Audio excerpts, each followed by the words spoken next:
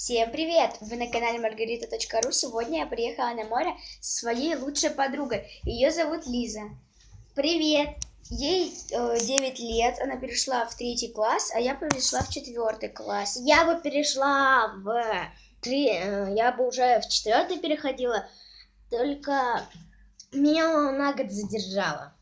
Мама, Да. я сегодня приехала на море. Всем пока! Напишите в комментариях, кто еще ездил на море.